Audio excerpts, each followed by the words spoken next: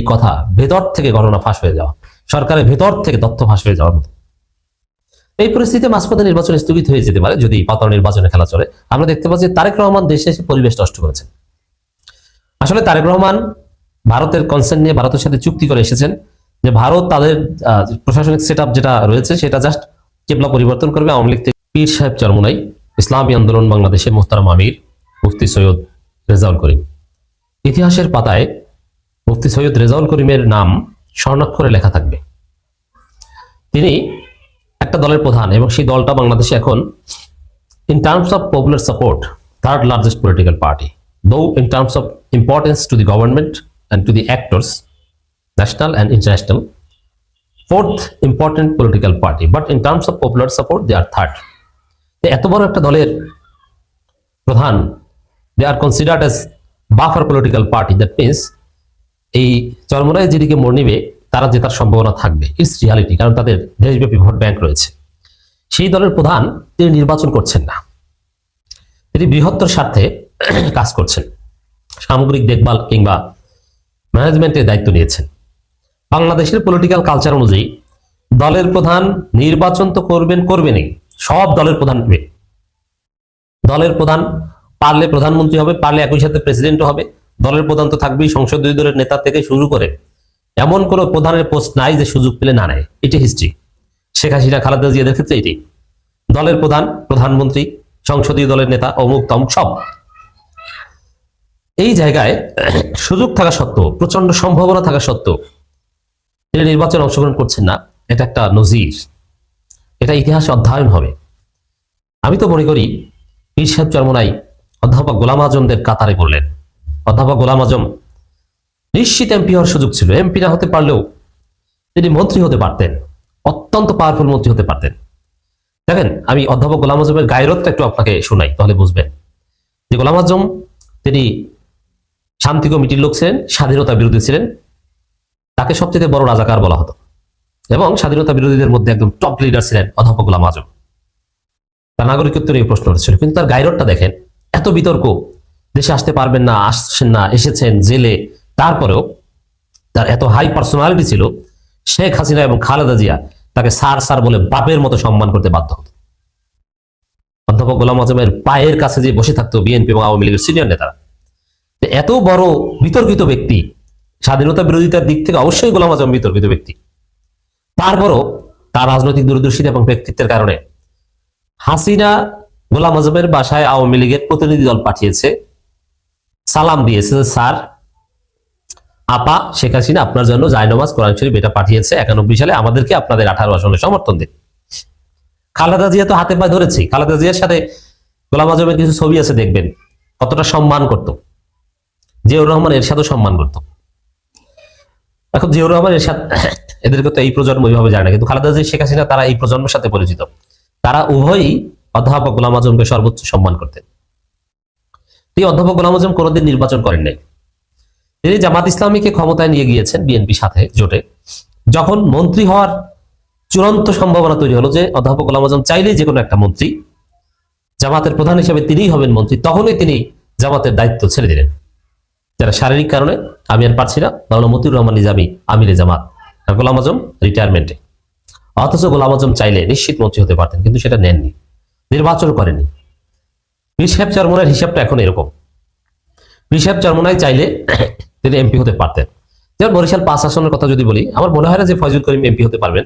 ফয়জুল করিম চরম বিতর্কিত এবং অনেকেই তাকে ভোট দিতে আগ্রহ বোধ করবে না, তার মধ্যে সেরকম গায়রত নেই, ফয়জুল করিমের কথাবার্তার মধ্যে শালীনতার অভাব আছে, বা পলিটিশিয়ান সুলভ কোনো ক্যারেক্টার ফয়জুল করিমের মধ্যে নেই। চরমোনাইয়ের মুরিদরা বা তাদের লোকজন ফয়জুল করিমকে তেল দেয়, দ্যাটস ডিফারেন্ট। বাট রিয়ালিটি হচ্ছে মুফতি ফয়জুল করিমের মধ্যে পলিটিক্যাল কোয়ালিটি নেই, যেটা জনাব মুফতি রেজাউল করিমের মধ্যে আছে। রেজাউল করিম সাহেব যদি বরিশাল 5 আসনে নির্বাচন করতেন, তিনি নিশ্চিত বিজয়ী হতেন। আর তিনি নির্বাচন করেন বা না করেন, জামাত ক্ষমতা আসবে এটা আমরা দেখতে পাচ্ছি, তখন বড় কোনো মন্ত্রণালয় পাওয়া এটা রেজাউল করিম সাহেবের ক্ষেত্রে একদম সহজ। কিন্তু আমার যেটা মনে হয়, তিনি এমপি ইলেকশনই করছেন না, তিনি মন্ত্রীও হতে যাবেন না। তো গোলাম আজম যেরকম মন্ত্রী হওয়ার নিশ্চিত সুবিধা থাকা সত্ত্বেও বিএনপির সাথে জোট করে সেটা ত্যাগ করেছেন, আমার মনে হয় পীর সাহেব চরমোনাইও জামাতের সাথে জোট করে তার দল সরকারের পার্ট হবে, অন্য কেউ কেউ মন্ত্রী হবে, কিন্তু পীর সাহেব চরমনাই সেগুলো নিবেন বলে মনে হয় না। তবে নেওয়া উচিত, আমি আহ্বান করবো, অনুরোধ করবো, তার মতো সৎ লোক, তার মতো ভালো লোক, নিরহংকারী লোক, ঐক্য বান্ধব লোক মন্ত্রী হওয়া উচিত। তো এই যে স্যাক্রিফাইসটা, এটা ইতিহাসে অবিস্মরণীয় হয়ে থাকবে, লেখা থাকবে যে নিশ্চিত সুযোগ থাকা সত্ত্বেও নেয়নি।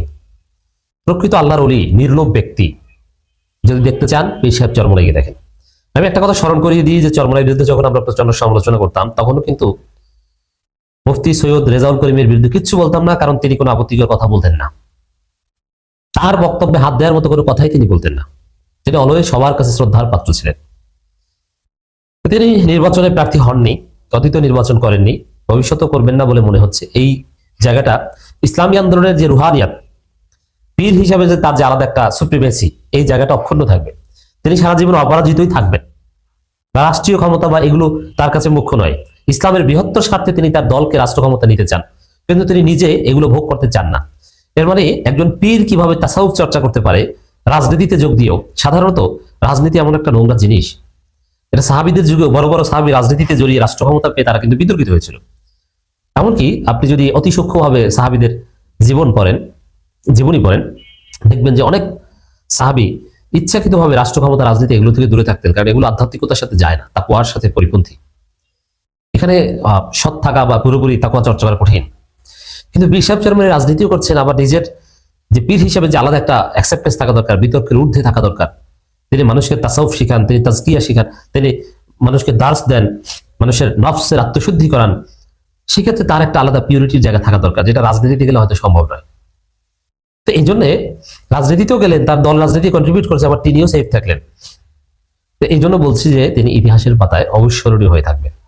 অসাধারণ ঘটনা, নির্লোভ ব্যক্তির এক প্রকৃষ্ট উদাহরণ। ইসলামপন্থীরা অন্যান্য দলকে আমরা দেখি না যে বিএনপির একটা সিট পাওয়ার জন্য কিভাবে পা চাটে, এই কওমি আলেম ওলামারা দেখি না যে হাসিনা কিভাবে পা চেটেছে বায়তুল মোকররমের। বাংলাদেশে আবারও পাতানো সাজানো নির্বাচনের চেষ্টা, সরকারের ভিতর থেকে এসে ঘটনা ফাঁস। দর্শক, অশনি সংকেত। বাংলাদেশে আবারও পাতানো নির্বাচনের চেষ্টা করা হচ্ছে, তবে সেটা হতে দেওয়া হবে না, রুখে দেওয়া হবে, এটা বলছেন Asif Mahmud. It's very significant. আর আসিফ মাহমুদ কয়েকদিন আগেও সরকারের ভিতরে সবচেয়ে প্রভাবশালী উপদেষ্টাদের মধ্যে একজন ছিলেন। এর মানে তিনি জানেন, ভিতরের কথা জানেন, কি চলছে বা কেমন কি, এগুলো তো সব তিনি জানেন। অন্য 10 জন লোক এই কথা বলা যে পাতানো নির্বাচনের চেষ্টা চলছে, আর সরকারের সদ্য সাবেক উপদেষ্টা এই কথা বলার মধ্যে অনেক পার্থক্য রয়েছে।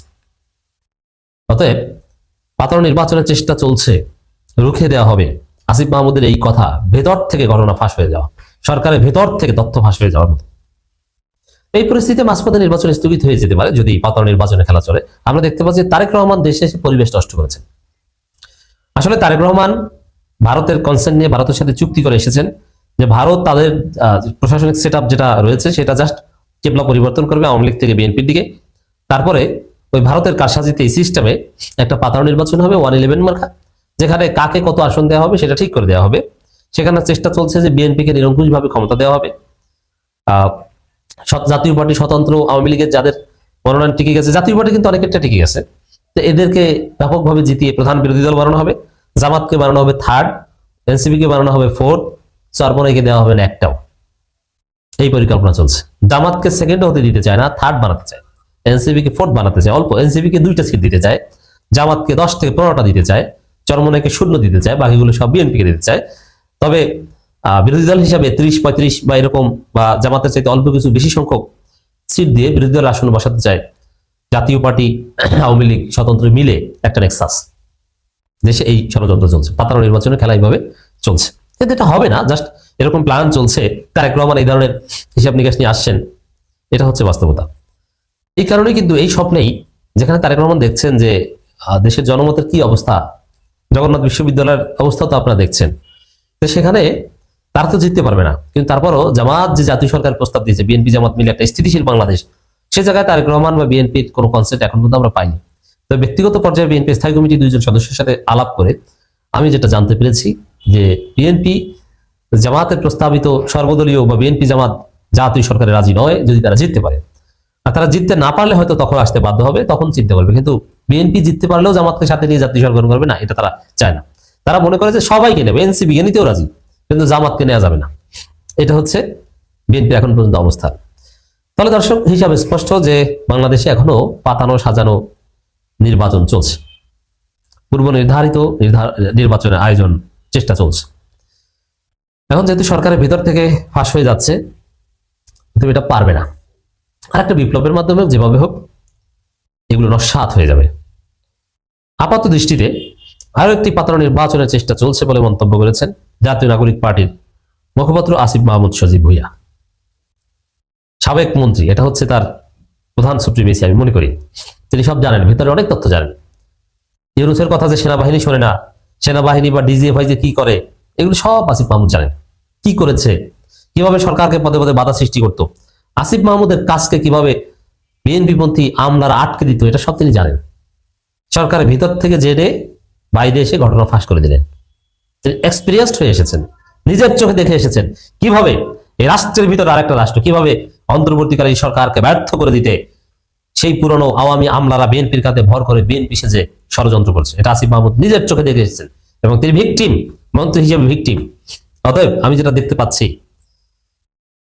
সম্ভাবনা আছে যে আরেকটা বিপ্লব ছাড়া এই পরিস্থিতির উন্নতি হবে না। স্বাভাবিকভাবে এই তৎপরতায় নির্বাচন সুষ্ঠু হবে বলে আমি সন্দিহান। তবে যেভাবেই হোক না কেন কারচুপি নির্বাচন দিয়ে কেউ ক্ষমতা যেতে পারবে না। এই চেষ্টা রুখে দিতে ভোটের আগে মাঠে নামার হুঁশিয়ারি দিয়েছেন তিনি। ভোটের আগে মাঠে নামার হুঁশিয়ারির অর্থ হচ্ছে মাঝপথে নির্বাচন স্থগিত করাতে বাধ্য করতে পারে এনসিপি। কারণ নির্বাচন যদি সুষ্ঠু হওয়ার সম্ভাবনা না থাকে তাহলে সেটা হতে দেবে কেন? সেটা হতে দেওয়া উচিত নয়, এটা নৈতিক দায়িত্ব। আপনি চোখের সামনে দেখছেন যে কারচুপি হতে যাচ্ছে, ওখানেই থামিয়ে দিন। কারণ নির্বাচন হয়ে গেলে বাতিল করানো কঠিন, তার সাথে নির্বাচন আগে আপনি কারচুপির সম্ভাবনাকে রুখে দিন। অতএব আমি যে দুইটা অপশনের কথা বলছি, একটা হচ্ছে যে কথাটা বলছি যে বাংলাদেশে কারচুপি নির্বাচন দিয়ে কেউ ক্ষমতা গ্রহণ করতে পারবে না। এখন এটা বাস্তবায়নের ক্ষেত্রে নির্বাচন কারচুপি হলে নির্বাচনের পর ওটা বাতিল করানো, আর একটা হচ্ছে যে নির্বাচনের আগে পরিস্থিতি ঠিক করা। আসিফ মাহমুদ কিংবা এনসিপির এখনকার মানহাজ হচ্ছে নির্বাচনের আগেই পরিস্থিতি ঠিক করাতে হবে। নির্বাচনের পরের ওটা শেষ মেডিসিন হিসেবে আছে, অ্যান্টিবায়োটিক হিসেবে আছে, কিন্তু নির্বাচন আগেই চেষ্টা করতে হবে। প্রয়োজনে নির্বাচনের আগে জামাত, এনসিপি, চরমোনাই আলাদা আলাদা এবং একসাথে মহাসমাবেশ করবে। মহাসমাবেশের মাধ্যমে জাতিকে জানিয়ে দিবে যে নির্বাচন সম্ভব নয় অথবা কারচুপি হতে যাচ্ছে, লেভেল প্লেইং ফিল্ড নেই, আপনারা ওয়েট করেন। অনেকে বলছেন যে জামাতে 3 তারিখের মহাসমাবেশের কি খবর, ওটা রিজার্ভে আছে। যদি তারেক রহমানের প্রতি এই নির্লজ্জ পক্ষপাত চলতে থাকে তখন মহাসমাবেশের ডাক দেওয়া হবে, সবাই ঢাকা চলে আসবে, আমরা ঢাকা চলে আসবো, সেই প্রস্তুতি কিন্তু আছে। আসিফ বলেন একটি নির্দিষ্ট দলের প্রতি প্রশাসনের পক্ষপাতী দেখা যাচ্ছে। জনরায় প্রতিষ্ঠার আগে সরকারি কর্মকর্তাদের একটি দলের চেয়ারপারসনের সঙ্গে দেখা করে বাংলাদেশ গণতন্ত্রের জন্য অসহনীয় সঙ্গে, এবং এটা আমাদের কাছে আরো বেশি সন্দেহজনক যে তারেক রহমান জনগণের কাছে যাচ্ছেন না। তার রাজনীতি এখন পর্যন্ত প্রশাসন, মিডিয়া, গোয়েন্দা ম্যানেজ করার রাজনীতি। এর মানে জনগণের ভোটে জেতা এগুলো তাদের কাছে মুখ্য নয়। এবং বিভিন্ন প্রার্থীরা ঋণ খেলাপি হওয়া সত্ত্বেও, নির্বাচনে অযোগ্য হওয়া সত্ত্বেও টিকে যাচ্ছে, টিকিয়ে রাখছে তারেক রহমান। এইদিকেই তারেক রহমানের নজর। ইসির সমালোচনা করে এনসিপির মুখপাত্র বলেন, মনোনয়নপত্র যাচাই বাছাই নিরপেক্ষতা বজায় রাখা হয়নি, বড় দলের পক্ষে কাজ করেছে রিটার্ন অফিসার। আপিলের ক্ষেত্রে ইসির নিরপেক্ষতা না থাকলে সুষ্ঠু নির্বাচনের সক্ষমতা নিয়ে প্রশ্ন। এখন আপিলের রায়ে কি করে ইসি, এটা দেখে মহাসমাবেশের তারিখ ঘোষণা করবে। এছাড়া জাতীয় পার্টি যাতে ভোটে অংশ নিতে না পারে সে বিষয়ে সতর্ক হয় আসিফ মাহমুদ। জাতীয় পার্টিকে নিয়েও সরকার কি করে এটাও দেখবে। বিশেষ করে ইসির আপিল নিষ্পত্তির পর যদি সেই পক্ষপাতের কোনো আলামত পাওয়া যায় এবং জাতীয় পার্টির প্রার্থীরা কিভাবে কি টিকে আছে, এগুলো বিবেচনার পর